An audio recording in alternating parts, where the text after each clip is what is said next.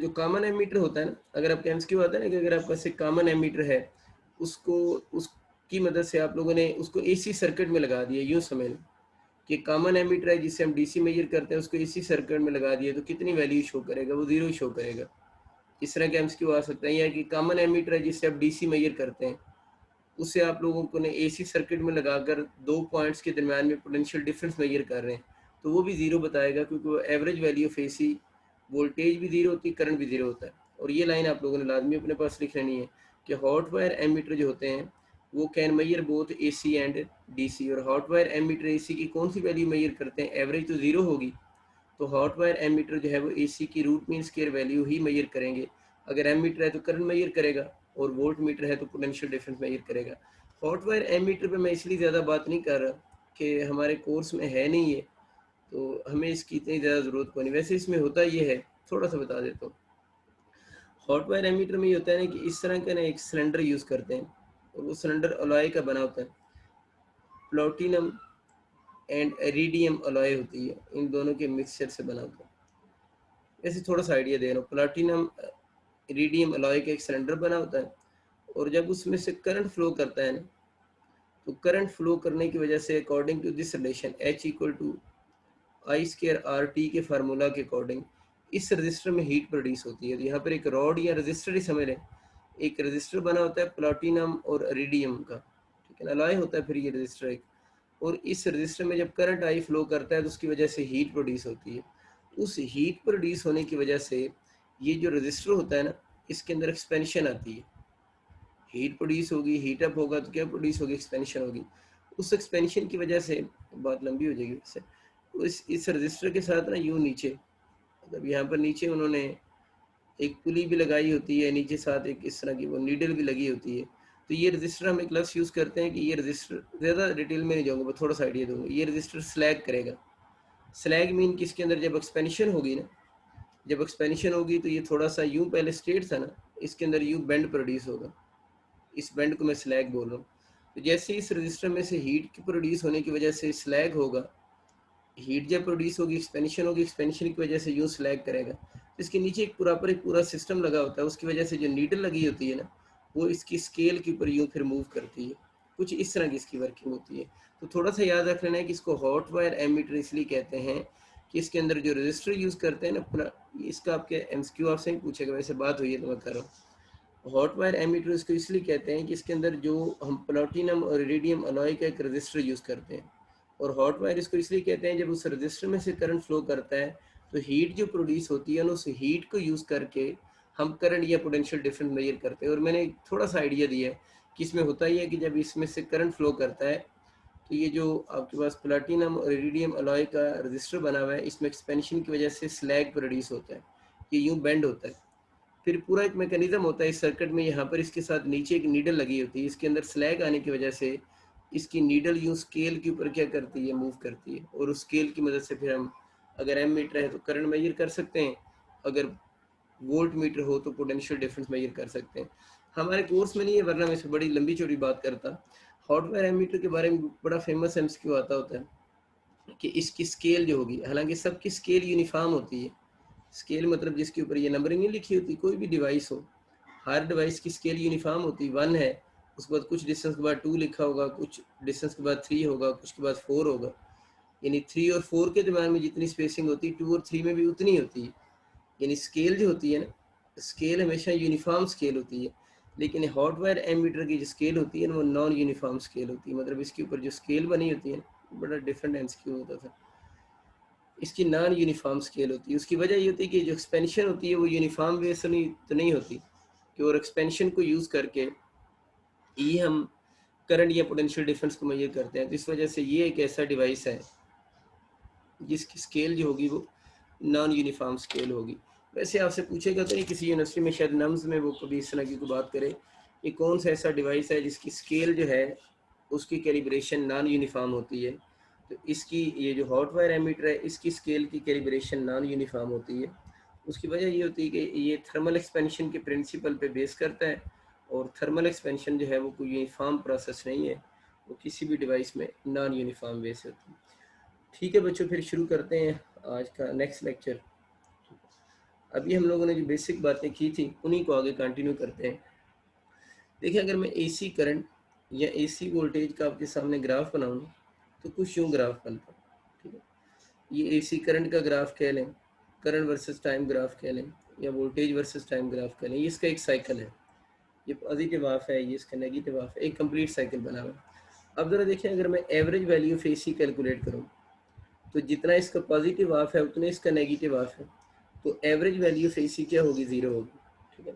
और average value of AC zero होगी किसकी, वन कंप्लीट साइकिल की ना, वन कंप्लीट साइकिल की सारी बातें जो हो रही हैं वो एसी के लिए हो रही है। एसी की एवरेज वैल्यू ज़ीरो होगी, लेकिन एवरेज वैल्यू किस चीज़ की ज़ीरो होगी, वन कंप्लीट साइकिल की एवरेज वैल्यू ज़ीरो होगी, क्योंकि जितना पॉजिटिव हाफ है उतना ही नेगेटिव हाफ है। तो average value of AC must be equal to zero होगी। यूँ समझ लें, या अब यूँ समझ लें कि एवरेज वैल्यू निकालने के लिए पूरे साइकिल की हम क्या करेंगे, इसकी मैक्सिमम वैल्यू लेंगे और इसकी कौन सी वैल्यू लेंगे, मिनिमम वैल्यू लेंगे।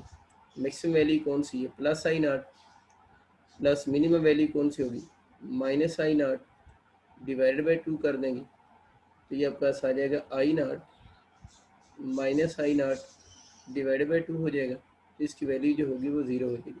तो एवरेज वैल्यू ऑफ एसी जो होगी वो ज़ीरो की इक्वल होगी। तो इस तरह हम कैलकुलेट कर सकते हैं maximum value plus minimum value divided by two, तो average value of AC zero हो जाएगी। ये जो बात मैंने की है ना, ये average value of AC calculate करने वाली ये कोई बहुत अच्छा मेथड नहीं है, इसके कुछ ड्रॉबैक्स भी हैं। क्योंकि हमारे कोर्स में हम ड्रॉबैक्स के ऊपर बात नहीं की गई, इसलिए मैं बात कर नहीं रहा, क्योंकि हमें आंसर से कंसर्न है। हमें इस चीज़ से कंसर्न तो नहीं है कि एवरेज वैल्यू ऑफ एसी कैसे ज़ीरो आई है, लेकिन ये ठीक मेथड नहीं है एसी साइकिल की एवरेज वैल्यू कैलकुलेट करने का, ठीक है। लेकिन क्योंकि हमारी बुक में उसने बेसिक इसी तरह लिखा हुआ है तो मैं भी इसी तरह ही करवा रहा हूँ, क्योंकि प्रूफ तो इंक्लूड है नहीं। हमें ये याद रखना है कि average value of AC zero होती है। इसी तरह average value of AC voltage भी फिर कितनी आएगी, ज़ीरो आएगी। आप इसी तरह उसको माइंड में रख लें, ठीक है। लेकिन ये दोनों बातें हो रही हैं वन कंप्लीट साइकिल के लिए। और मैंने थोड़ा सा आपको ये बता दी है कि ये एवरेज कैलकुलेट करने का मेथड साइनोसाइडल वेव फॉर्म के ऊपर अप्लाई नहीं होता। ये जो मेथड हम अप्लाई करते हैं ये साइनोसाइडल वेव फॉर्म के लिए नहीं होता। अब अगर हम लेकिन हम क्योंकि एफएससी में इसी तरह हुआ है तो मैं भी इसी तरह भी करवा रहा हूँ, क्योंकि प्रूफ की भी हमें ज़रूरत नहीं है। हमें ज़रूरत अभी इस चीज़ की थी वो हम लोगों ने कर लिया। दूसरी बात आज की, दूसरी बात ये मैंने ये बात क्यों कर रहा हूँ कि मेथड ठीक नहीं है, वो भी आपको समझ आ जाएगी। अगर हमसे मैं average value of AC current पूछूँ ना, या average value of AC voltage पूछूँ फॉर हाफ साइकिल, फॉर किसके लिए, हाफ साइकिल के लिए, यानी एवरेज वैल्यू ऑफ एसी बताएं, करंट बताएं या वोल्टेज बताएं फॉर हाफ साइकिल, तो वो मैंने बताया नहीं इस मेथड से कैलकुलेट नहीं होती थी। साइनोसाइडल वेव फॉर्म का मेथड काफ़ी डिफरेंट है, उसके अंदर हमें इंटीग्रेशन अप्लाई करके उसको सॉल्व करना पड़ता है, इंटीग्रेट करना पड़ता है ना। तो क्योंकि हमारे कोर्स में इंटीग्रेशन नहीं है, मैंने तो आपको बड़ी मुश्किल से डेरिवेशन सिखाई है ना थोड़ी बहुत, ठीक है ना। तो क्योंकि वो इंटीग्रेशन से सॉल्व होता है तो इसलिए हम फिर उसको जुगाड़ लगा के यूँ कर लेते हैं। तो average value of half cycle ये तो कन्फर्म है ज़ीरो नहीं होगी, तो कन्फर्म है आपको ज़ीरो नहीं होगी, क्योंकि मैंने बोला ये जितना पॉजिटिव हाफ है उतने नेगेटिव हाफ है, तो फिजिकली भी नज़र आ रहा है ज़ीरो होगी। हाफ साइकिल की ज़ीरो नहीं होगी। तो हाफ साइकिल के अगर हम इस इंटीग्रेशन, ये सिंबल को हम इंटीग्रेशन बोलते हैं ना मैथ्स में, इसकी मदद से कैलकुलेट करें तो आप तो खैर उसको याद ही कर सकते हैं, मैं उसको कैलकुलेट नहीं करवा सकता। 2 होगा ना जब करंट कैलकुलेट करें, 2I0/पाई हो, ठीक है। 2I0 कौन सा, पीक वैल्यू बाय कौन सा जगह पाए, ठीक है ना। Average value for half cycle zero नहीं होती, नॉट इक्वल ज़ीरो होगी, और इस 2I0/पाई होगी। प्रूफ इसका इस बात के इसलिए नहीं करवा सकता क्योंकि ये इंटीग्रेशन मेथड से सॉल्व होती है, और आप लोगों ने इंटीग्रेशन असल में फिजिक्स में पढ़ी नहीं, मैथ की टर्म है। इसी तरह average value of AC voltage for half cycle की बात करें वो तो उसी तरह ही हो जाएगी ना, 2V0/पाई हो जाएगी। तो ये बच्चों आप लोगों ने पेपर में बड़े ध्यान से बात याद रखनी है कि अगर आपसे एवरेज वैल्यू ऑफ एसी पूछे तो अक्सर बच्चे उसको डायरेक्ट ज़ीरो लिख सकते हैं। Average value of AC zero थी फॉर वन कंप्लीट साइकिल के लिए, लेकिन average value of AC current या वोल्टेज जो होती है वो हाफ साइकिल के लिए नॉट इक्वल टू क्या होगी, नॉट इक्वल टू ज़ीरो होगी, और ये भी नॉट इक्वल टू ज़ीरो होगी। और उसको कैलकुलेट करने के ये फार्मूला यहाँ पर I0 अगर करंट एवरेज लेना है तो 2I0/पाई, अगर वोल्टेज लेना है तो 2V0/पाई। मैं इसके न्यूमेरिकल तो नहीं करूँगा, ये आप खुद करेंगे न्यूमेरिकल। अगर आपको I0 की वैल्यू गिवन है तो I0 कौन सी वैल्यू है, पीक वैल्यू है, और V0 कौन सी है, पीक वैल्यू आप कैलकुलेट कर सकते हैं। ये I0 है, इससे बात ये नहीं सोचना कि इधर आई नॉट है तो इधर सर माइनस आई नॉट है तो कौन सा लिखेंगे, एक ही बात। यहाँ पर मैग्नीट्यूड यूज होगी, यहाँ पर हम साइन नहीं लिखते, यहाँ पर मैग्नीट्यूड यूज होती है, तो आप प्लस ही लिखेंगे दोनों केसेस में। उम्मीद है आपको ये बात समझ आ चुकी होगी। थोड़ा सा प्रूफ की लिमिटेशन है, वो मैं आपको नहीं करवा सकता, वो इंटीग्रेशन की वजह से, ठीक है। अच्छा नेक्स्ट आगे चलते हैं। थोड़ा सा हमें ये समझ आ गया कि एवरेज वैल्यू ज़ीरो आती है, ये बहुत बड़ा प्रॉब्लम था, और अभी हमने देखा भी कि यही वजह है कि डीसी एमीटर और डीसी वोल्ट मीटर हमारे काम के नहीं थे। अब इन्होंने ये किया कि इसका हल ये निकालते हैं कि ये साइनोसाइडल वेव फॉर्म थी ना, इसके नेगेटिव हाफ की वजह से आंसर ज़ीरो आ रहा था। तो उन्होंने ये कहा कि सपोज करें ये ज़ीरो है और ये वाली वैल्यू जो है वो कौन सी आई नॉट है। सपोज कर लें, अपने माइंड में वैसे रख लें कि आई नॉट जो है, एग्जांपल दे रहा हूँ 3 एम्पेयर है ना, सपोज करें। अब आप इसका स्केयर करें, तो स्केयर करेंगे तो कितना हो जाएगा, 9 हो जाएगा।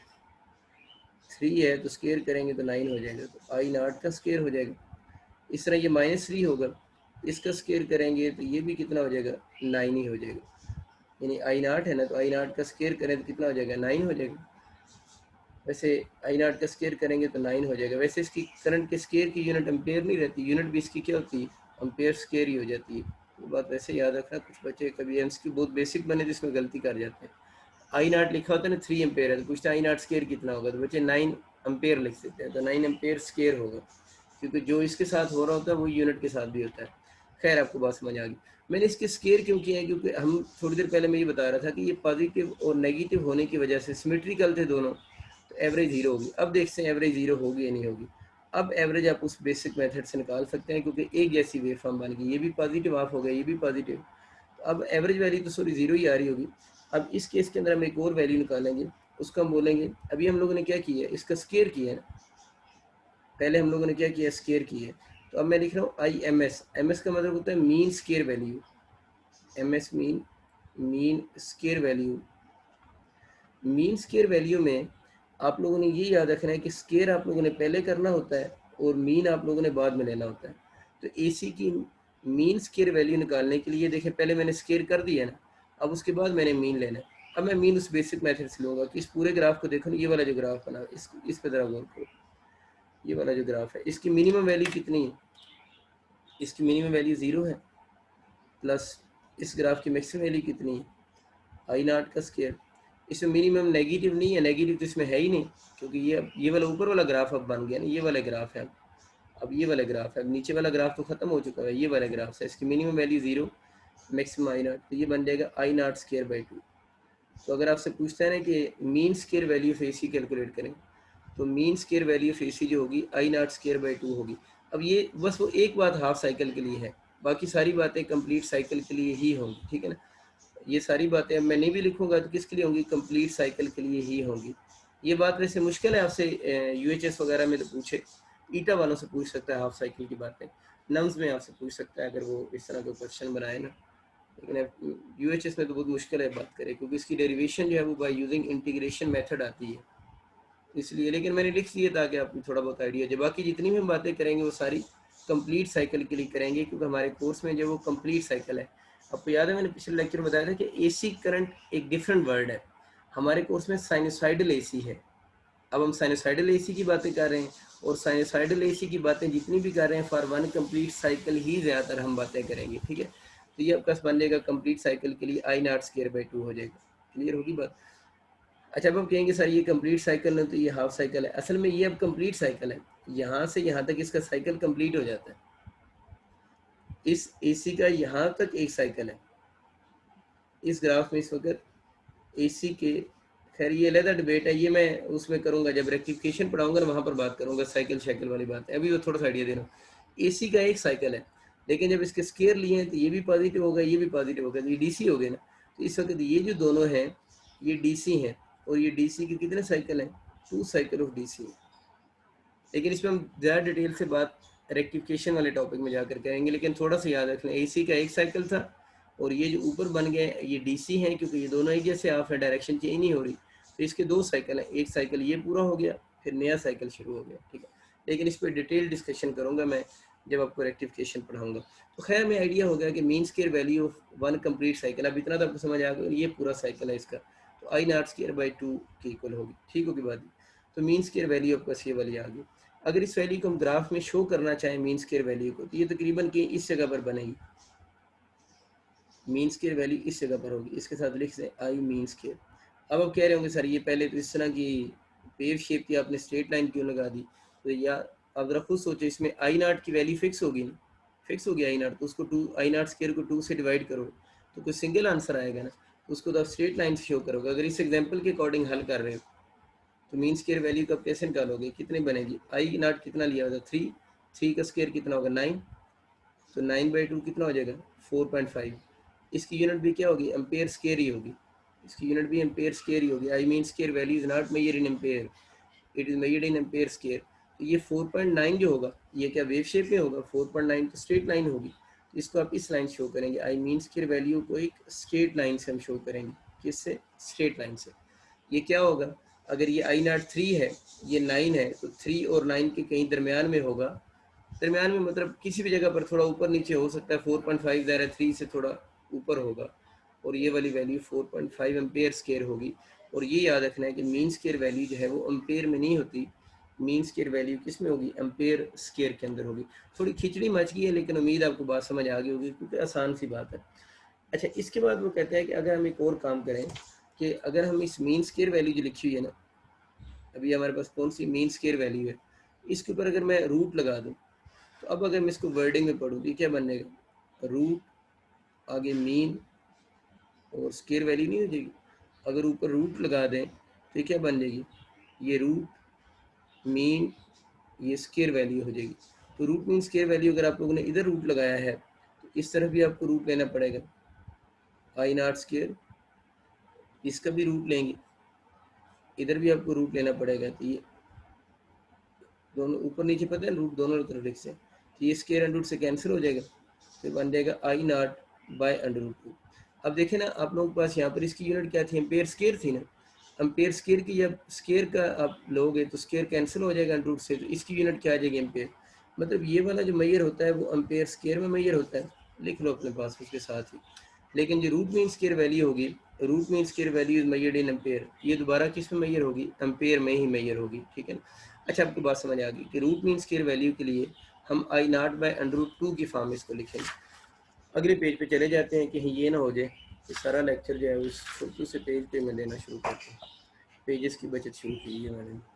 तो हमें समझ आ गया है कि जो रूट मीन स्क्वायर वैल्यू होती है इसको हम यूँ लिख सकते हैं, आई रूट मीन स्क्वायर जो होगा वो इक्वल टू होगा I naught by under root 2 हो जाएगा। इस तरह हम कहते हैं कि V root mean square value भी बिल्कुल वैसी ही बनेगी, फिर वो भी V naught by under root क्या हो जाएगी, 2 हो जाएगी। तब हमें समझ आ गया था वो जब भी हम बात कर रहे थे कि आपके पास उस सवाल में मीन स्क्वायर वैल्यू कितनी आई थी, 4.5 आई थी ना। अब अगर आप इसका अंडर रूट लोगे तो थोड़ी सी और क्या हो जाएगी, कम हो जाएगी, ये तो खैर एक एग्जाम्पल है ना। तो उसका अंडर रूट लोगे तो उसकी वैल्यू थोड़ी और कम हो जाएगी। तो अगर मैं उसको ग्राफ में शो करना चाहूँ ना, मैं दोबारा वो थोड़ा सा ग्राफ स्केच कर देता हूँ ताकि आपको याद आ जाए। यूँ ग्राफ था ना, पहले ये था, फिर आप लोगों ने इसके क्या किए, यू स्क्वायर कर लिए थे, ठीक है ना। इधर क्या था, 0 था, इधर क्या था, आई नॉट था, और इधर क्या था, आई नॉट का स्क्वायर था। फिर आप लोगों ने देखा कि इस ग्राफ में आप लोगों ने मीन स्क्वायर वैल्यू को भी एक ही लाइन से शो किया। ये मीन स्क्वायर वैल्यू थी, root mean square value peak value से थोड़ी सी नीचे बनाएंगे, मैं बताता हूँ कहाँ पर होनी चाहिए। Root mean square value peak value से थोड़ी सी नीचे होगी, पीक वैल्यू ये है ना, तो आई रूट मीन स्क्वायर क्या बनेगी, ये दो वैल्यू ऐसे याद रख लो, एक तो 1/√2 याद करो और एक का वैल्यू अंडर रूट 2 भी याद कर लो। एक 1/√2 याद करो, एक अंडर रूट 2। अंडर रूट 2 होता है 1.41 और 1/√2 होता है 0.707। हम 0.7 से भी काम चला ही देते हैं ज़्यादातर, ठीक है। अब इसका मतलब कि 1/√2 है तो कितना होगा, 0.7 ऑफ आई नॉट हो जाएगा। इसका मतलब है कि root mean square value I naught के बराबर नहीं, पीक के बराबर नहीं, बल्कि पीक का 0.7 है, तो पीक से थोड़ी कम होगी। पीक को माइंड में 1 रखो, पीक को 1 रखो, तो ये उसका कितना होगा, 0.7 होगी, यानी इससे थोड़ी सी किधर होगी, नीचे होगी। तो ये मीन स्क्वायर, ये कौन सी रूट मीन स्क्वायर वैल्यू होगी। ये थोड़ा आप लोगों ने याद रखना है कि रूट मीन स्क्वायर वैल्यू जो होगी वो आपको इस फार्मूले से कैलकुलेट होगी। अगर करंट है, वोल्टेज है, तो इस फार्मूले से कैलकुलेट होगी। इन दो वैल्यूज़ को आप लोगों ने याद रखना है और इन्हीं के आपके ज़्यादा न्यूमेरिकल भी आएंगे, ठीक है ना। आपको यही क्वेश्चन भी आएंगे पेपर में, रूट मीन स्क्वायर वैल्यू के, इसको अगर हम आई नॉट की फॉर्म में लिख लें, ज़रूरी तो नहीं आपसे कि root mean square value calculate करो आई नॉट ही गिवन। ये भी तो हो सकता है कि आपसे आई नॉट पूछ ले तो उसका फॉर्मूला क्या होगा, √2 इंटू आई रूट मीन स्केयर हो जाएगा। इस तरह वी नाट का अगर हम फार्मूला बना लें तो वी नाट क्या हो जाएगा, √2 into V root mean square हो जाएगा। तो इस तरह मतलब आप लोग याद रख सकते हैं, कोई भी इसका क्वेश्चन आ जाए। फिर आप लोगों ने याद रखना है कि जो आई रूट मीन स्केयर होता है ना, अब देखें ना एसी करंट आप लोगों ने बहुत सारे पढ़ लिए। आई आप लोगों ने पढ़ लिया, instantaneous value of AC, peak value of AC, average value of AC भी की शायद बात हुई है लेकिन वो ज़ीरो थी। फिर mean square value of AC है। फिर आप लोगों ने root mean square value of AC पढ़ी। मैं करंट लिखे हैं तो इसी तरह वोल्टेजेस भी इतनी ही होंगी। ये सारे एसी करंट में ये टर्म्स यूज़ होती हैं। ये peak value, average value, mean square value, root mean square value और ये इंस्टेंटेनियस वैल्यू। इसमें ये जो रूट मीन स्केयर करंट है ना, इसके बारे में याद रखना है, इसको कौन मेजर करता है, इसको मेजर करता है एमीटर। अगर आ जाए ना एमीटर इन सारे करंट में से कौन सा करंट मेजर करता है, तो एमीटर में से root mean square value measure करता है। रूट मीन स्केयर वैल्यू होती है ना, इसी को हम इफेक्टिव वैल्यू भी बोलते हैं। इफेक्टिव वैल्यू का अगर लफ्ज़ यूज़ हो ना कि इनमें इफेक्टिव वैल्यू कौन सी है, तो जो रूट मीन स्केयर वैल्यू होती है उसी वैल्यू को हम इफेक्टिव वैल्यू भी कहते हैं, क्योंकि मेजर यही होता है। इसलिए इसके ऊपर वाली बात दोबारा मैंने लिख रहा हूँ, इसको मेजरेबल वैल्यू भी कहते हैं। अगर कहते हैं एसी की मेजरेबल वैल्यू कौन सी है, तो मेजरेबल इसलिए कहते हैं कि एम मीटर मेजर इसी को करता है ना। अब मैं एम मीटर के लिए बातें लिख रहा हूँ तो वोल्ट मीटर के लिए इस तरह की बातें आप खुद से माइंड में रख लेंगे कि तो मेजर एम मीटर को यही कर रहा होता है, इफेक्टिव वैल्यू भी इसी को कहते हैं, मेजरेबल वैल्यू भी इसी को कहते हैं। अब सपोज करें आपसे वो कहते हैं ना एक एसी का कोई क्वेश्चन आ गया, एसी सर्किट का, और कहते हैं सर्किट में 10 एम्पेयर करंट फ्लो कर रहा है। सर्किट एसी का क्वेश्चन आ गया और कहते हैं सर्किट में 10 एम्पेयर करंट फ्लो कर रहा है। अब ये करंट कौन सा है उसने नहीं बताया हुआ। अगर वो कह दें कि एक एसी सर्किट उसमें पीक करंट 10 एम्पेयर है तो आई नॉट होगा। अगर कहते हैं इंस्टेंटेनियस करंट 10 एम्पेयर होगा तो आई होगा। अगर मीन स्केयर होगा तो ज़ाहिर इसकी यूनिट ए स्केयर हो जाएगी। रूट मीन स्केयर कहेगा तो फिर भी मतलब मेंशन होता है करंट कौन सा है। ये इनमें से कोई भी कह सकता है, ये तो वैसे जीरो होता है, इन चारों में से कोई भी हो सकता है। इसकी सिंबल आसान है पहचानना क्योंकि स्केयर उसके साथ होता है, ठीक है।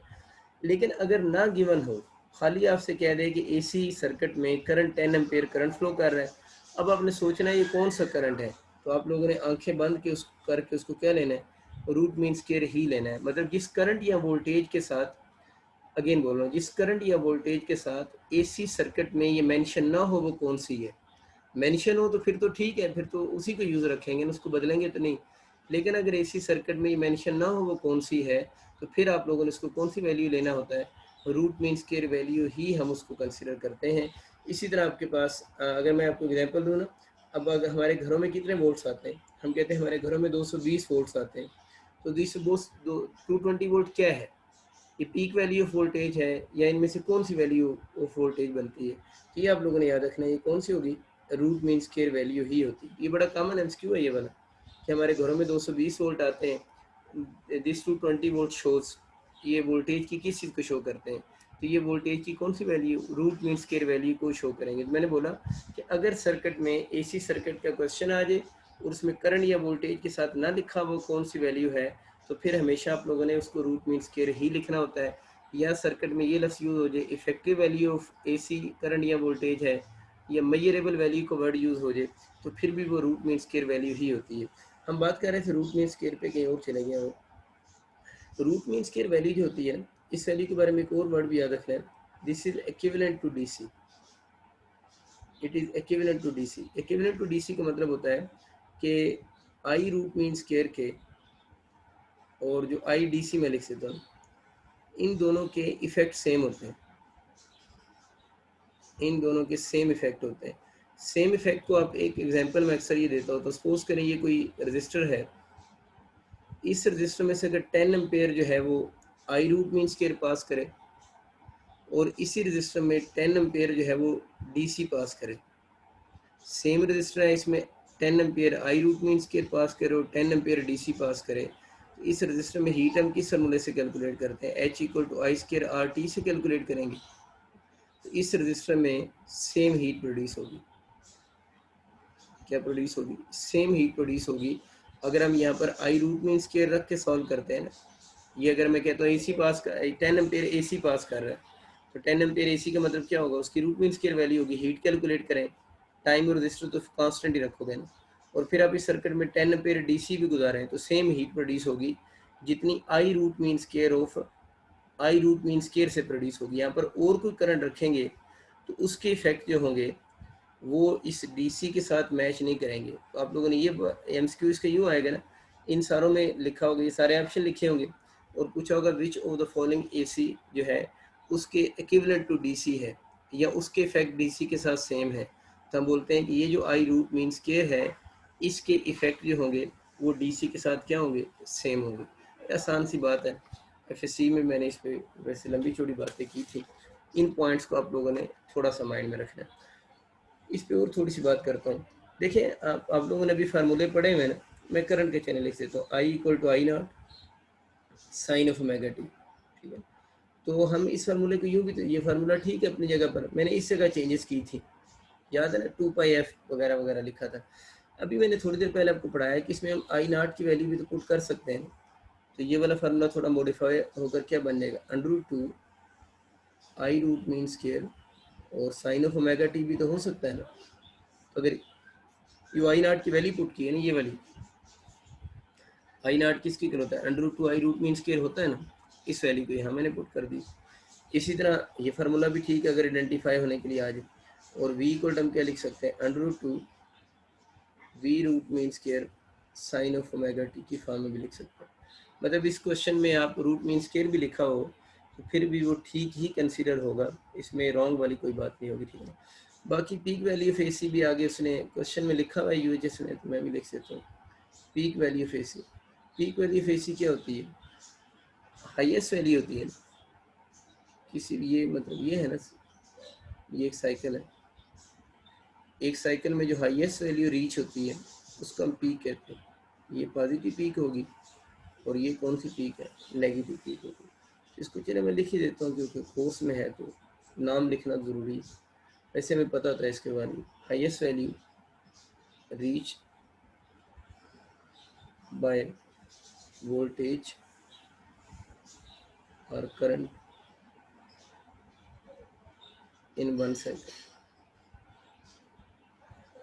हाईएस्ट वैल्यू जिस पे पहुँचते हैं उसको हम किसका नाम देते हैं, पीक वैल्यू का नाम दे देते हैं। ठीक है, अच्छा वैसे एक छोटा सा एक शॉर्ट क्वेश्चन है, पंजाब की बुक में है, उसमें उसने ये कहा है कि एक एसी सर्किट है और उस एसी सर्किट के साथ सपोज करते हैं कि उस एसी करंट जो है ना, या एसी सर्किट जो है उसकी सपोज कर लेते हैं जो फ्रीक्वेंसी है वो 50 हर्ट्ज है। ये छोटी सी बात है, माइंड में आई कहने के लिए। ये एक्सरसाइज का शॉर्ट क्वेश्चन। इस 50 हर्ट्ज का मतलब क्या है, इस 50 हर्ट्ज का मतलब है 50 साइकिल पर सेकेंड। 50 हर्ट्ज अगर एसी की फ्रीक्वेंसी है इसका मतलब क्या है, 50 साइकिल पर सेकेंड है। एक साइकिल में पीक कितनी दफ़ा आती है, 2 टाइम्स आती है ना पीक। एक साइकिल में 1 साइकिल में कितनी पीक्स होती हैं, 2 पीक्स होती हैं। एक साइकिल में 2 पीक्स होती है, पॉजिटिव पीक एक नेगेटिव पीक। अब क्वेश्चन उसका ये बेसिकली कि एक सर्किट है, बना देता हूँ, उसमें बल्ब लगा हुआ है और उसके साथ एक एसी सोर्स लगा हुआ है और उस एसी सोर्स की जो फ्रीक्वेंसी है वो 50 हर्ट्ज है।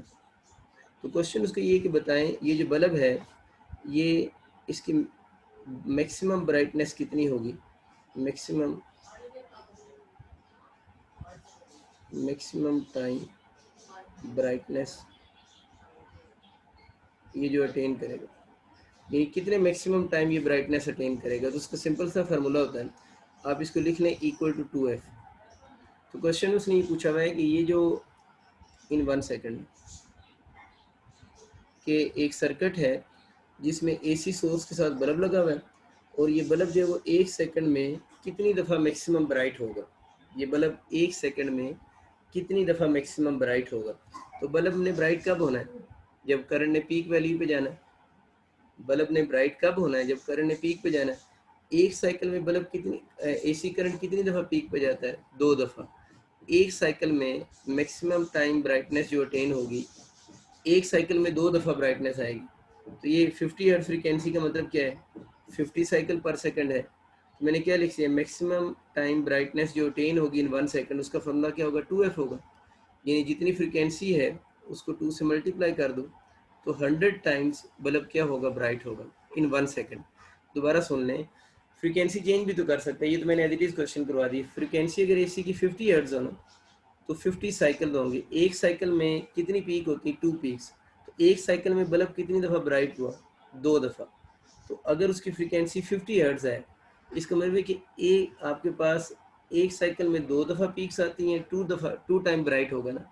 तो 50 साइकिल में कितनी दफ़ा ब्राइट हुआ? 100 टाइम्स ब्राइट होगा। कितने टाइम में? पर सेकंड। तो अगर आपसे पूछते हैं ना बल्ब की मैक्सिमम टाइम जो ब्राइटनेस वो अटेन करेगा इन 1 सेकंड, वो किससे निकालेंगे? 2f से निकालेंगे। 2f मीन 100 टाइम्स वो ब्राइट होगा। ये वो चेंज कर सकता है, जाहिर है कि हमें पता है पाकिस्तान में या इंडिया में जो एसी करंट आता है उसकी फ्रीक्वेंसी 50 हर्ट्ज ही है। कुछ कंट्रीज में चेंज भी है, हर तरफ 50 हर्ट्ज नहीं है। पाकिस्तान इंडिया में बरल 50 हर्ट्ज ही है। तो वो अगर आपसे कह देता है कि वो जो एसी सोर्स है उसकी फ्रीक्वेंसी बदल के दे देता है, तो मैंने तो फार्मूला लिख दिया है 2f। जो भी फ्रीक्वेंसी देगा उसको 2 से मल्टीप्लाई करेंगे, तो एक सेकंड में हमारे पास निकल आएगा कि बल्ब कितनी दफ़ा मैक्सिमम ब्राइटनेस शो करेगा। वो आसान सी बात है। अच्छा, फिर एक क्वेश्चन आ रहा है कि जो एसी करंट है, एसी जो करंट है, हमें ये तो पता है ना, ये कौन सा एसी है भला? जब मैं जनरल एसी बोलता हूँ, इसका मतलब साइनोसाइडल एसी होता है।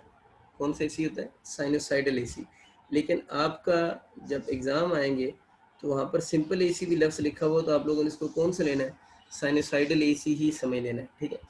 अच्छा, साइनोसाइडल एसी में हमें पता है कि इसकी ये पॉजिटिव नेगेटिव, ये इसकी क्या चीज़ चेंज हो रही है? ये इसकी मैग्नीट्यूड चेंज हो रही है। जो मैं एरो बना रहा हूँ, मैग्नीट्यूड ज़्यादा हो रही है, मैग्नीट्यूड कम हो रही है, मैग्नीट्यूड ज़्यादा हो रही है, मैग्नीट्यूड कम हो रही है। इस रेफरेंस लाइन या मीन लाइन के पास जब जाता है ना करंट, तो वैल्यू कम होती है। जब इस लाइन से दूर जाएगा तो वैल्यू ज़्यादा होगी। तो साइनोसाइडल एसी जो होता है ना, उसकी अगर मैग्नीट्यूड का क्वेश्चन आता है, मैग्नीट्यूड उसकी कितनी दफ़ा चेंज होती है, तो हम कहते हैं मैग्नीट्यूड उसकी कॉन्टीन्यूसली चेंज होती है। मैग्नीट्यूड का अगर क्वेश्चन आ जाए तो साइनोसाइडल एसी की ये मैग्नीट्यूड बच्चों चेंज हो रही है। और मैंने जो लाइन बोली आपको समझिए, थोड़ा छोटा ग्राफ ऐसे बना है, बड़ा कर देते हैं। ये असल में ना, ये जब मीन के करीब आएगा ना ग्राफ, जब यूँ नीचे आ रहा है तो मीन के करीब आ रहा है, मतलब ज़ीरो की तरफ आ रहा है, इस पे आगे ज़ीरो हो जाता है, तो इसकी वैल्यू कम हो रही है। जब इधर से दूर जा रहा है, ऊपर जा रहा है, नीचे जा रहा है, इसका मतलब इसकी वैल्यू ज़्यादा हो रही है। ये मैग्नीट्यूड चेंज हो रही है, डायरेक्शन नहीं है। डायरेक्शन कब चेंज होती है? यहाँ पर डायरेक्शन चेंज होती है जब पॉजिटिव हाफ किस में जाता है? नेगेटिव हाफ में। तो मैग्नीट्यूड कॉन्टीन्यूसली चेंज होती है। और साइनोसाइडल एसी जो होता है, अगर उसकी डायरेक्शन की बात करें तो डायरेक्शन, तो ये आपके पास साइकिल बना हुआ है ना, ये आपका साइकिल बना हुआ है। ये कितने साइकिल है? 1 कंप्लीट साइकिल है। डायरेक्शन कब चेंज होती है? जब पॉजिटिव किस में कन्वर्ट हो? नेगेटिव में कन्वर्ट हो। तो पॉजिटिव नेगेटिव का मतलब क्या हो रहा है? डायरेक्शन ही तो होती है। यहाँ डायरेक्शन चेंज हो रही है, हम बोलते हैं इसकी डायरेक्शन यहाँ पर चेंज हो रही है। तो डायरेक्शन जो है वो पीरियोडिकली चेंज होगी। डायरेक्शन हर वक्त चेंज नहीं होती। डायरेक्शन के बारे में बोलते हैं कि डायरेक्शन कैसे चेंज होगी? पीरियोडिकली चेंज हो रही होगी। तो वैसे पीरियोडिकली वर्ड कम आता है। वो यूँ पूछता है कि अगर इसकी फ्रीक्वेंसी 50 हर्ट्ज है, इधर बात ध्यान सुनिएगा, कितनी है फ्रीक्वेंसी? 50 हर्ट्ज है, तो इसमें कितने साइकिल हैं? 50 साइकिल्स हैं। कितने साइकिल है? 50 साइकिल है। ये कितने साइकिल बने हैं? 1 साइकिल। कितने साइकिल है? 1 साइकिल। एक साइकिल में डायरेक्शन कितनी दफ़ा चेंज हो रही है? 1 टाइम ना। 1 साइकिल में जो डायरेक्शन है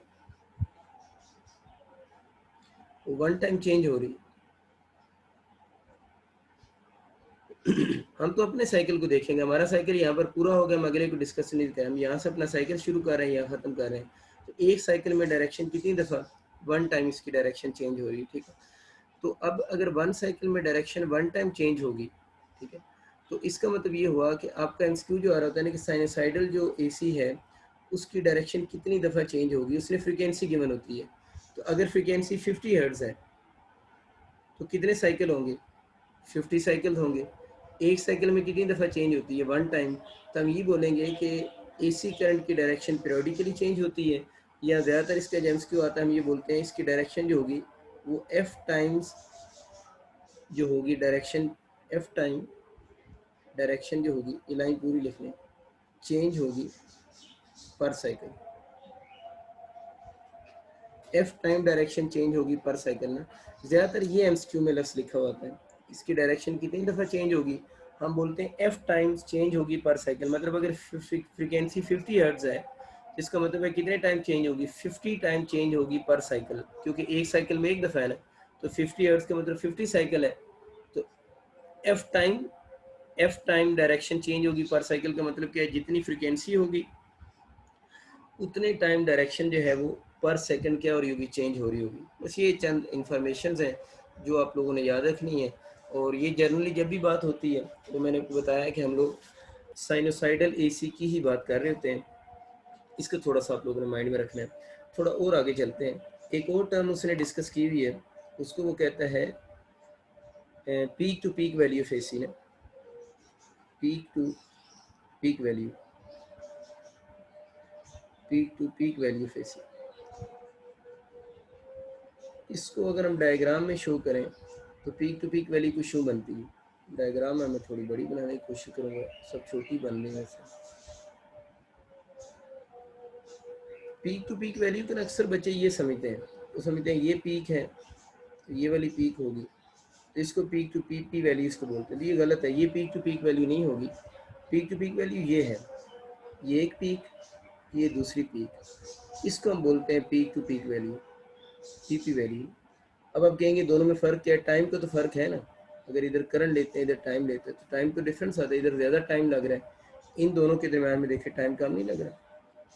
तो ये पीक टू पीक वैल्यू होती है। तो हम पीक टू पीक वैल्यू को जब डिफाइन करते हैं हम ये कहते हैं sum of consecutive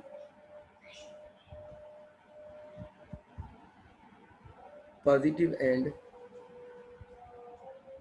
negative peak values.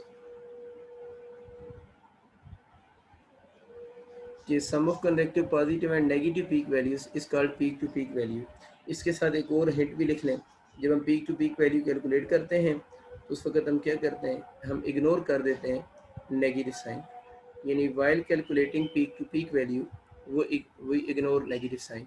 तो peak to peak value calculate करते हुए हम लोग जो है वो नेगेटिव साइन को क्या करते हैं, इग्नोर करते हैं। ये बात आप लोगों ने याद रखनी है कि पीक टू पीक वैल्यू कैसे कैलकुलेट होगी, sum of consecutive positive and negative peak value, और उस वक्त साइन आप लोगों ने इग्नोर करना है। ज़रा कैलकुलेट करके देखते हैं पीक टू पीक वैल्यू। अगर करंट ले रहे हैं तो यहाँ पर करंट कितना होगा, I naught plus I not होगा, इधर नीचे करंट कितना होगा, माइनस आई नॉट। तो consecutive positive and negative peak value लिखा है ना, और मैंने क्या लिखा हुआ है, साइन को हम इग्नोर नेगेटिव साइन, नेगेटिव इसके साथ था ना उसको इग्नोर कर दिए, तो कितना हो जाएगा, 2i0 होगा। कुछ लोग इसी वजह से वो समझते हैं कि ये दो पॉजिटिव पीक्स हैं, क्योंकि ये भी पॉजिटिव लिखा है ये भी पॉजिटिव लिखा है, तो ये असल में हम नेगेटिव साइन इस रूल में इग्नोर करते हैं। तो ये होती ये पॉजिटिव, ये दो कंसेक्टिव होती हैं, इन दोनों में टाइम का फ़र्क होता है। वो पंजाब की बुक में थोड़ी डायग्राम इस तरह की बनी हुई है कि इस वजह से बच्चों को ये रॉन्ग कंसेप्ट डेवलप हो जाता है। केपीके में तो खैर डायग्राम भी ठीक ही बनी हुई है। तो peak to peak value 2i0 हो जाएगी, पीपी वैल्यू इसको कहते हैं। और अगर पीपी वैल्यू हम वोल्टेज की बात करें तो आपके पास कौन सी हो जाएगी, 2v0 हो जाएगी। वही पुरानी बातें, आप इस i0 की जगह पर क्या लिख सकते हैं, अगर इसको वो दूसरी फॉर्म में लिखें तो 2√2 आई रूट मीन स्केयर लिख सकते हैं ना। ये मैं बात कर रहा था, आई रूट मीन स्केयर किसके इक्वल था, i0/√2 था ना, i0 यहाँ से निकालो तो √2 आई रूट मीन स्केयर हो जाएगा। इसी तरह इसकी भी जगह वैल्यू पुट कर दें तो √2 into V root mean square हो जाएगा। तो ये थोड़ा याद रखना है कि आप लोगों ने जब peak to peak value calculate करनी है तो इसके न्यूमेरिकल लाएंगे इसके न्यूमेरिकल प्रॉब्लम आते हैं ना। तो अगर आपको पीक वैल्यू गिवन है तो सीधी बात है डायरेक्ट कैलकुलेट हो जाएगा। अगर आपको पीक वैल्यू नहीं भी गिवन, आपको रूट मीन्स के वैल्यू गिवन है, तो फिर भी हमारे पास फार्मूला तो है ना। गलती आपसे जल्दी में ये होगी, जब आपसे पीक टू पीक वैल्यू पूछेगा आप 2i0 चूज़ कर देंगे। 2i0 के साथ 2√2 आई रूट मीन स्केयर वाला ऑप्शन भी बिल्कुल ठीक कंसिडर होगा, क्योंकि उसके मीनिंग भी तो सेम ही बनते हैं ना। क्लियर होगी बात।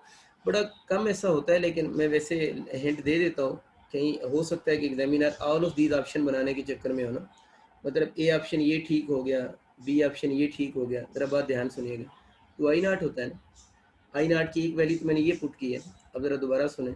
i इक्वल टू क्या होता है, i0। जब कभी ऑल ऑफ दीज लिखा हो ना, मतलब आपको ये दो ऑप्शन नज़र आ रहे हो और तीसरा ऑप्शन कोई और ऑल लिखा हो, अगर ये दो ठीक हैं तो तीसरा भी ठीक ही होगा, तो आप ऑल ही चूज़ कर लीजिएगा। जब दो ऑप्शन बिल्कुल ठीक लग रहे हों और बोथ का ऑप्शन ना हो और तीसरे के बाद आगे ऑल लिखा हो, तो डायरेक्ट ऑल चूज़ कर लेते होते हैं। तीसरा कहाँ से है उसको सोचने पे टाइम वेस्ट नहीं करते होते, ठीक है ना। उसकी वजह ये है कि अगर तीसरा रॉन्ग लिखा हुआ है तो एमसीक्यू के वैसे ही आपको ग्रेस मार्क्स मिल जाएंगे, अदरवाइज वो किसी मुश्किल मेथड से उसने अटैम्प्ट किया ही होगा। ऐसे मैं थोड़ा सा हिंट आपको देने लगा हूँ। आई नाट की वैल्यू अगर मैं यहाँ से निकालूँ तो आई नाट किसकी इक्वल होता है, आई बाई साइन थीटा नहीं होता, आई बाई साइन थीटा होगा। तो पीक वैल्यू को हम इंस्टेंटेनियस वैल्यू ऑफ करंट और एंगल से भी तो कैलकुलेट कर सकते हैं। तो इसकी वैल्यू अगर मैं यहाँ पर पुट कर दूँ, टू आई नाट लिख सो, टू आई बाई कौन सा हो जाएगा, साइन थीटा हो जाएगा। तो हम इस मेथड से भी पीक टू पीक वैल्यू को कैलकुलेट कर सकते हैं, वोल्टेज की खुद लिख लेना। तो ये मैं आपसे कह रहा था ए बी, अब अगर ये सी ऑप्शन लिखा हो तो अब कौन सा करेक्ट होगा, तो ऑल ऑफ दीज करेक्ट बनेगा। तो थोड़ा सा पेपर में ये देख लेना है कि सम टाइम ऐसा हो रहा होता है कि कुछ फार्मूलाज की मिक्सिंग भी चल रही होती है। वैसे नॉर्मली तो वो सीधे सीधे सवाल ही देते हैं, मतलब इन्हीं की वैल्यूज़ देगा, लेकिन सम टाइम कुछ क्वेश्चन आपस में वो मिक्स भी करता है। तो अगर वो मिक्सिंग ऑफ क्वेश्चन हो रही हो, आप लोगों ने थोड़ा ख्याल रखना है कि वो आपको सॉल्व करनी आनी चाहिए। ठीक होगी बात है, इसके न्यूमेरिकल आपको सॉल्व करेंगे। अच्छा, एक और छोटी सी गलती जो कुछ स्टूडेंट्स करते हैं वो ज़रा देखिएगा, ये फार्मूले कब अप्लाई होंगे, जब सिमेट्रिकल ग्राफ होगा ना, यानी साइनोसाइडल एसी होगी। मैं थोड़ी एग्जांपल आपको देता हूँ ताकि आपको सही कंसेप्ट क्लियर हो। सपोज करें एक ग्राफ इस तरह का बना हुआ आगे, इस तरह का ग्राफ है। वो कहता है कि इस तरफ इसकी जो पीक है वो 3v0 है, और इस तरफ इसकी जो पीक है वो -v0। ऊपर ग्राफ बड़ा है, नीचे ग्राफ छोटू सा है, और आपसे कहता है पीक टू पीक वैल्यू इसकी बनाएं। तब इसके ऊपर वो वाला फार्मूला तो अप्लाई नहीं हो सकता, 2i0 शार्ट वाला ना। इस पर तो फिजिकली देखेंगे ना, तो फिजिकली क्या होता है कि the sum of consecutive positive and negative peak values by ignoring negative sign. तो इसकी पॉजिटिव पीक वैल्यू कितनी है, 3v0 है, नेगेटिव पीक वैल्यू कितनी है, v0 है, नेगेटिव साइन को इग्नोर कर देंगे। इस केस में जो आंसर आ जाएगा वो कौन सा हो जाएगा, 4v0 हो जाएगा। ये भी थोड़ा ख्याल रखना है कि हो सकता है वो तो सिमेट्रिकल ग्राफ के लिए है ना, या साइनोसाइडल एसी या साइनोसाइडल मतलब वोल्टेज या करंट के लिए है ना, लेकिन समटाइम इस तरह के ग्राफ भी बने हुए आते हैं, एक साइड बड़ी बना देता है, एक साइड छोटी बना देता है। तो उसके लिए फिर आप वो फिजिकल डेफिनेशन उसकी यूज़ कर रहे हैं, जो डेफिनेशन है कि आप सामने कंडक्टिव पॉजिटिव एंड कंडक्टिव किसका, नेगेटिव पीक का, तो आपके पास आंसर ठीक आ जाएगा। अब आप वो ज़रा पुराने वाला कंसेप्ट अप्लाई करें ना जो रॉन्ग होता है, कि अगर हम इसकी जगह इसकी ये वाली पीक बना लें, अब आपको समझ आएगा। तो ये 3v0 है तो ये भी 3v0 होगा, तो उसके अकॉर्डिंग जिसका आंसर 6v0 हो जाएगा। हालांकि इसका आंसर कितना बनता है, 4v0 बनता है। तो अब इस तरह भी आप याद रख सकते हैं कि अगर वो हम दूसरे वाली पीक इन दो पीक का लें तो फिर तो वो 6v0 बनेगा। हालांकि इस क्वेश्चन का आंसर जो है वो 6v0 नहीं है बल्कि 4v0 है। चले, ये एक दो छोटी छोटी बातें थी, पीक टू पीक वैल्यू की बात भी होगी, और आगे एक दो बातें करते हैं। एक और बुक में लाइन लिखी हुई है उसने, वो अपने पास लिख लें कि ये वैसे मैंने ट्रांसफार्मर में भी लाइन बोली थी, लेकिन फिर अपने पास लिख लें कि एसी को हम ज़्यादा यूज़ क्यों करते हैं। ट्रांसफार्मर की लाइन है लेकिन इसके अंदर लिख लें कि for main reason for world wide use of AC is that it can be transmitted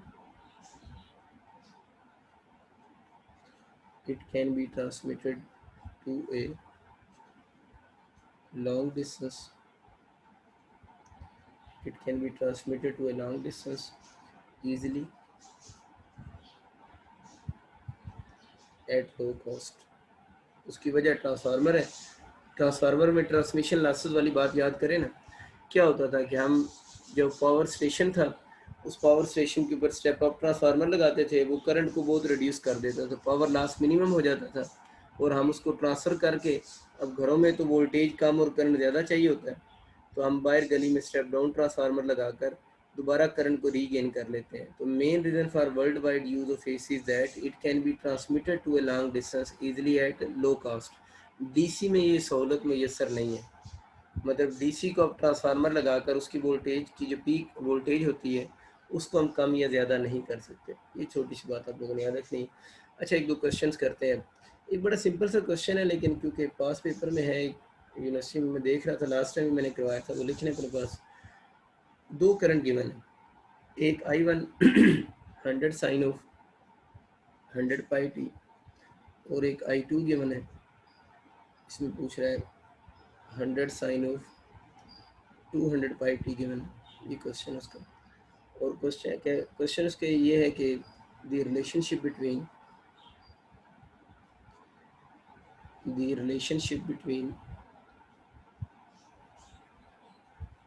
frequencies of AC. पूछ रहा है ये जो ऊपर क्वेश्चन में I1 और I2 गिवन है, इनकी फ्रीक्वेंसीज का आपस में रिलेशनशिप क्या है। बिल्कुल आसान सा सवाल है, बस साहब पेपर में आया हुआ मैं करवा रहा हूँ। F1 इक्वल टू F2 होगा, F2 किसके इक्वल हो जाएगा 2F1 के, F2 2F1 हो जाएगा, F1 लिख लें 2F2 होगा और F1 इक्वल टू 10F2 कर इस तरह लिख। अच्छा बड़ा आसान सी बात है, हमें पता है ये जो लिखा होता है ये ओमेगा होता है, ये लिखा होता है ओमेगा होता है, तो ओमेगा 1 किसकी इक्वल है 100 पाई। उसने क्वेश्चन एंगुलर फ्रीक्वेंसी की वजह सिंपल फ्रीक्वेंसी लिखा हुआ है, तो 2 पाई F1 equal to 100 pi, pi pi से कैंसिल, F2 इसको 100 को 2 से डिवाइड करें, F1 तो बच्चों हो गया 50 हर्ट्ज, F2 में डायरेक्ट लिख रहा हूँ, अब कैसे 200 है तो 2 से कैंसिल होकर F2 बन जाएगा 100 हर्ट्ज। खुद कर लेना ना, ठीक है खुद कर सकते हो, जरूरत कोई नहीं। अब इसका रिलेशन बनाना है तो F2 किसकी इक्वल हो जाएगा 2F1, ठीक है ना। F2 कितना है, अगर नहीं समझ आ रही तो वैल्यू पुट करो, इसकी जगह 2 इंटू 50, इक्वेशन बैलेंस हो गई है ना। इसको लेके F2 इक्वल टू 2F1 वाला ऑप्शन ठीक होगा, तो बीटा ऑप्शन होगा। बड़े सीधे सीधे इसके सवाल आते हैं, मतलब इसमें कोई टफ क्वेश्चन नहीं होते, इस तरह के क्वेश्चन आ सकते हैं।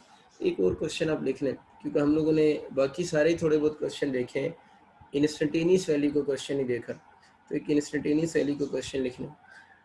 लिखिए AC current is given by I is equal to 100 sin of 100 pi t। ये AC करंट गिवन है, इट अचीव या अटेन क्या है, इट अटेन और achieve value of 50 ampere after how many seconds. ये इसको क्वेश्चन नीचे सेकंड्स के ऑप्शन लिखे होंगे, मैं ऑप्शन नहीं लिखा। क्वेश्चन उसका ये कि ये करंट गिवन है AC, it achieve a value 50 ampere, ठीक है ना, ये इसकी इंस्टेंटेनियस वैल्यू होगी, कितने टाइम के बाद वो 50 एम्पेयर वैल्यू अचीव कर लेगा। इसका मतलब ये इसकी इंस्टेंटेनियस वैल्यू हुई ना, तो कितने टाइम के बाद ये वैल्यू अचीव कर लेगा। तो आप इसमें 50 पुट करके इसको सॉल्व कर लें तो आपका आंसर आ जाएगा, ठीक है। तो ये सिंपल आपको ये पूछ रहा है कि ये जो इक्वेशन गिवन है इसमें 50 एम्पेयर करंट जो होगा वो कितने सेकंड्स के बाद ये अटेन कर लेगा, ये इसका क्वेश्चन है। तो आप इसी इक्वेशन में वैल्यूज पुट करो ना, यानी जो आपके पास आई लिखा हुआ है ना, इस आई की जगह आप उसकी वैल्यू पुट कर दो। तो आई की जगह अगर मैं इसकी वैल्यू पुट करूँगा तो कितना हो जाएगा 50 इज इक्वल टू, इसमें पुट कर रहा हूँ 100 साइन ऑफ पाई टी हो जाएगा। इसको इधर ले आओ, 100 इधर आकर 50/100 हो जाएगा equal to sine of pi t हो जाएगा, ठीक है। तो ये 1/2 हो गया, ये साइन ऑफ पाई टी, ठीक है, साइन ऑफ पाई टी, पाई तो उसको अपना चला आ रहा है, तो साइन को इधर ले आकर sine inverse 1/2, sine inverse 5/2 equal to pi t हो जाएगा। साइन इनवर्स 1/2 किस एंगल पर होता है 30 degree equal to pi t. Pi को ख़त्म करना है तो रेडियन की फॉर्म में लिखना है कि पाई/6 radian equal to pi t. Pi pi pi से क्या बल्कि थोड़ी सी गड़बड़ नहीं होगी,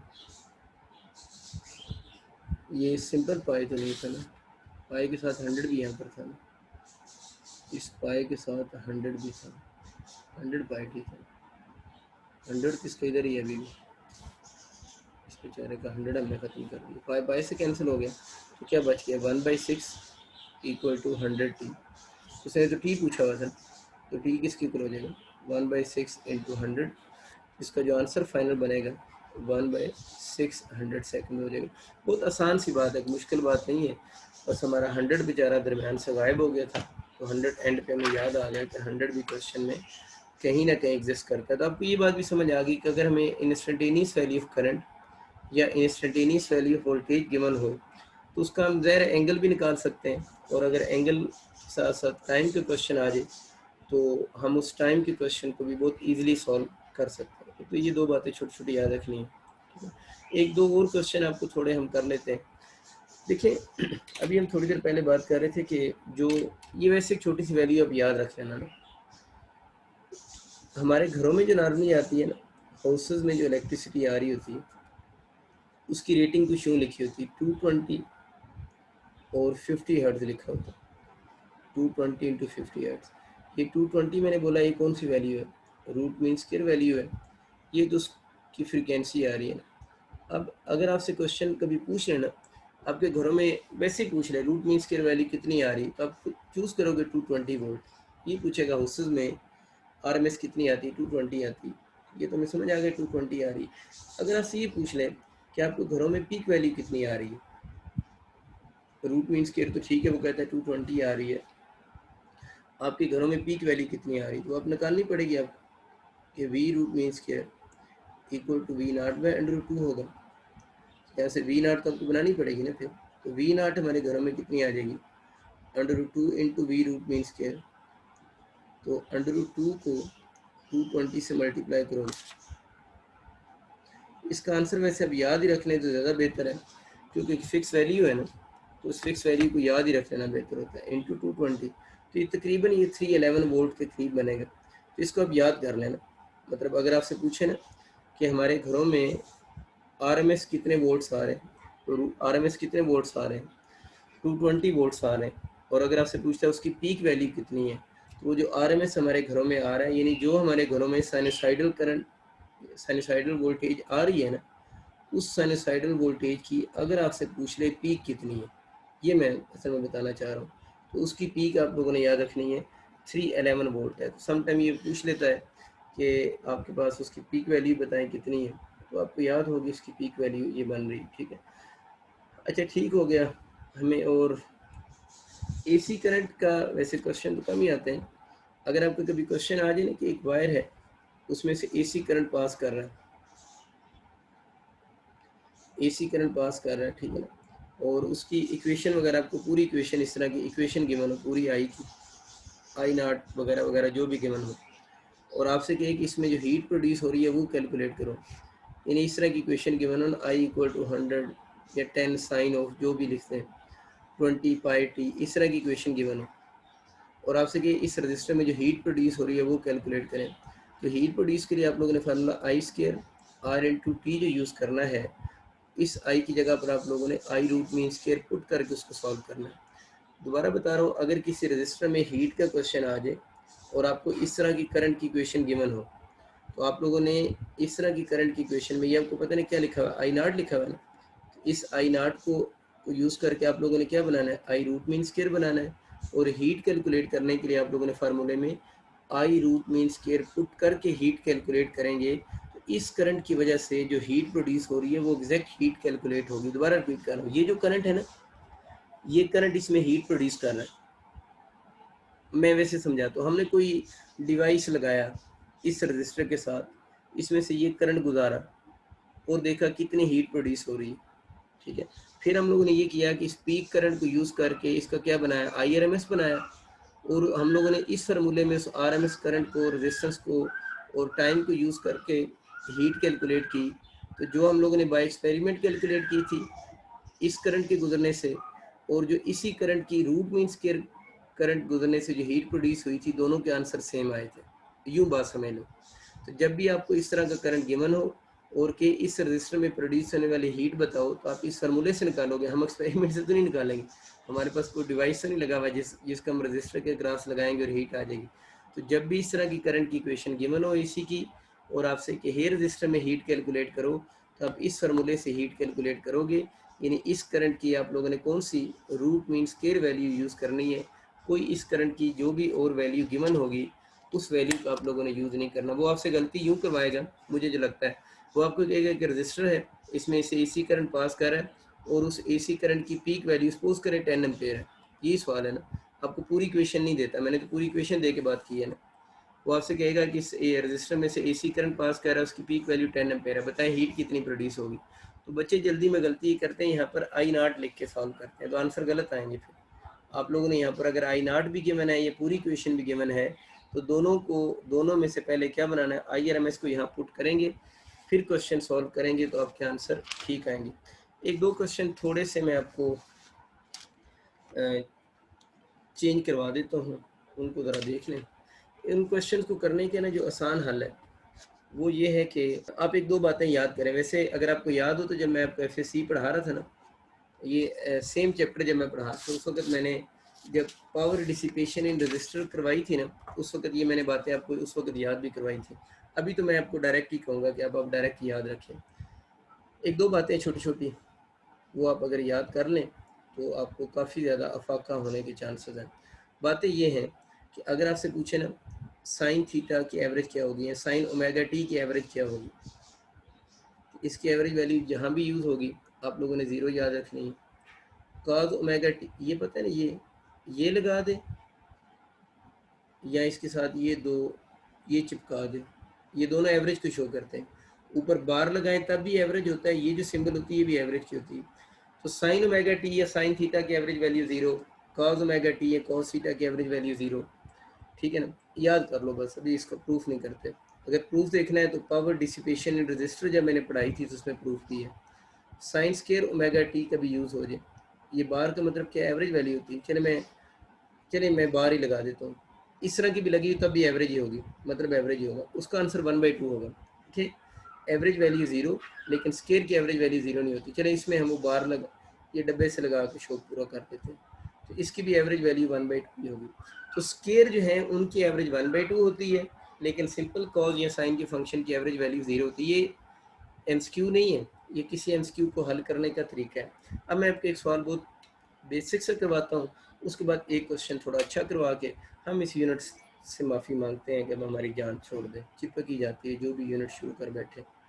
देखिए I = I0 sine of omega t है। सपोज करें ये क्वेश्चन आपका आ गया, ये MCQ आ गया और आपसे कहता है इसकी रूट मीन स्क्वायर वैल्यू बताओ। आपको I गिवन है और इसकी रूट मीन स्क्वायर वैल्यू बताओ। इसकी रूट मीन स्क्वायर तो हम डायरेक्ट निकाल सकते हैं, हमें पता होता है कि यहाँ पर जो लिखा हुआ है उसको बाय √2 कर दें। IRMS किसके इक्वल होगा, I0/√2 होगा।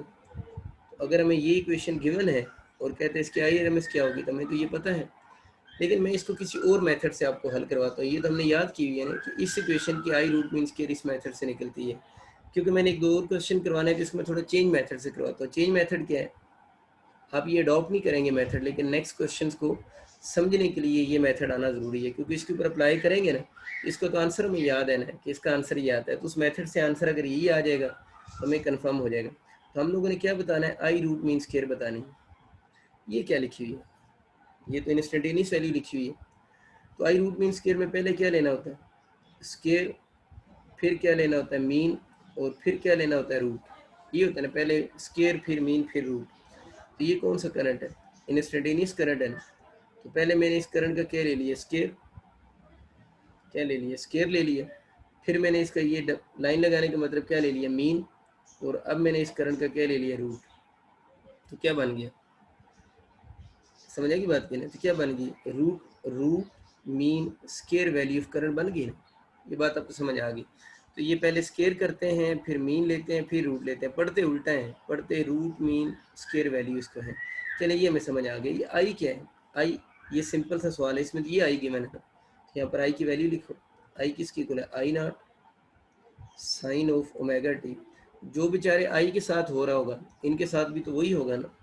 आई के साथ क्या हो रहा है, आई का पहले स्केयर लिया गया है, आई का पहले स्केयर लिया गया है, 1 लिखा हुआ है स्केयर के साथ, स्केयर, इसका भी स्केयर, स्केयर हो गया।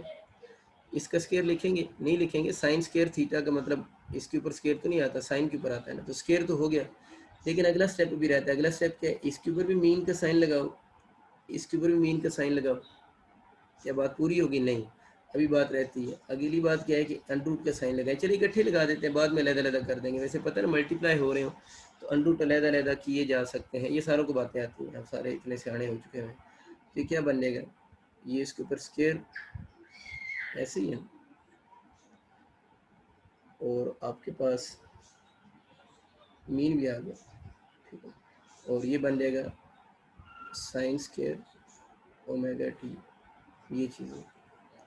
देखिए ये जो आई नॉट स्केयर है ये कांस्टेंट वैल्यू है ना, ये आई नॉट स्केयर कांस्टेंट वैल्यू है। जो चीज़ कांस्टेंट है उसका मीन भी तो वही होता है ना, जो चीज़ कांस्टेंट हो उसका मीन भी तो वही आता है। तो इसका मतलब ये हुआ कि इस आई नॉट स्केयर के ऊपर मीन लगाएं या इसके ऊपर मीन लगाएं कोई फ़र्क नहीं पड़ता। ये वही बात है जिस तरह मैं आपको कभी समझा रहा था ना, टेम्परेचर का फार्मूला थर्मोडायनेमिक्स में समझाता था। मैं कहता था कि टेम्परेचर जो है वो डायरेक्टली प्रोपोर्शनल है हाफ एम वी स्केयर के, और मैं कहता था मास यहाँ पर कांस्टेंट है, इसको मीन के अंदर लिखें मीन के बाहर लिखें, मास को कोई फ़र्क नहीं पड़ेगा क्योंकि मास तो कांस्टेंट है। तो कांस्टेंट को मीन के अंदर लिखें मीन के बाहर लिखें, कोई फ़र्क नहीं पड़ेगा। तो आई नॉट तो कांस्टेंट होता है, पीक वैल्यू है, तो आई नॉट के ऊपर मीन लिखें या आई नॉट के ऊपर मीन लिखें, इसको कोई फ़र्क नहीं पड़ेगा। इसका मतलब है इसका मीन ख़त्म हो गया, तो ये क्या बच गया। अगर किसी बच्चे को ये स्टेप नहीं समझ आया तो ये मैं बोलता था ना थर्मोडायनेमिक्स में कि temperature is proportional to 1/2 m square, इस मास को मीन के बाहर लिख दो मीन के अंदर लिख दो तो कोई फ़र्क नहीं पड़ेगा। क्यों फ़र्क नहीं पड़ेगा, ये 1/2 को भी कोई फ़र्क नहीं पड़ेगा, इसको अंदर लिखो बाहर लिखो, क्योंकि कांस्टेंट होता है ना। तो कांस्टेंट की एवरेज भी वही होती है जो कांस्टेंट की वैल्यू होती है। तो 1/2 का मीन भी कितना है, 1/2 ही है, क्योंकि 1/2 तो कांस्टेंट है। इस तरह एम भी यहाँ पर कांस्टेंट है, तो एम के मीन के अंदर लिखें बाहर लिखें कोई फ़र्क नहीं पड़ेगा। वी के साथ ये नहीं कर सकते, वी एक वेरिएबल है। उम्मीद है समझ आ गई बात। अगर ये बात ना समझ आए मीन किधर गया तो इसको सोचिएगा। ये साइन स्क्वायर ओमेगा टी, ये तो भी हम लोगों ने पढ़ा है ना, साइन स्क्वायर का मीन तो लेंगे, ये तो कांस्टेंट नहीं है। इसका मीन कितना आ जाता है, 1/√2 हो गया, ये स्क्वायर अंडर रूट से कैंसिल हो गया, तो आई नॉट बाई अंडर रूट 2 हो गया। कितना अजीब सा प्रूफ है वैसे, ठीक है। ये वैसे इसका मैथमेटिकल प्रूफ है। अगर कभी हम लोगों ने तो एफएससी में मैथमेटिकल प्रूफ करते नहीं, हम तो एफएससी में पता नहीं ये वाला रिलेशन मैंने आपको ये रिलेशन ग्राफिकली समझाया था ना, लेकिन ये इसका मैथमेटिकल प्रूफ भी है। मैंने इस मैथमेटिकल प्रूफ को क्यों करवाया, क्योंकि मैंने कुछ और एक क्वेश्चन आपको करवाना था, एक ही चले करवा देता हूँ। वो क्वेश्चन आपको समझ नहीं आना था जब तक ये बेसिक रिजल्ट ना पता हो। ये क्योंकि हमें इसका आंसर याद था ना, तो आपको कंफर्म हो गया हाँ ये जो मेथड जो भी हम अडॉप्ट करेंगे ये मेथड हमारा ठीक मेथड है। अब आते हैं उस सवाल की तरफ जो मैंने आपको एक एमसीक्यू करवाना था, उसके बाद हम वाइंड अप करते हैं इस यूनिट को, फिर हम कोई और प्यारा सा यूनिट शुरू करेंगे। देखिए I is equal to I naught plus I naught sine of omega t. Suppose करें आपको ये क्वेश्चन गिवन और क्वेश्चन में आपसे कहता है कि इस क्वेश्चन की आई रूट मीन स्क्वायर वैल्यू बताओ। देखिए ना, वो जो पहले वाले की आई रूट मीन स्क्वायर थी वो तो हमें पता थी, हम लोगों ने ग्राफिकली इसको सीखा हुआ था ना। लेकिन ये जो क्वेश्चन है वो आपसे ये डिमांड कर रहा है कि इसकी आई रूट मीन स्क्वायर बताओ। अब आप लोगों ने वही सारे स्टेप अडॉप्ट करने हैं।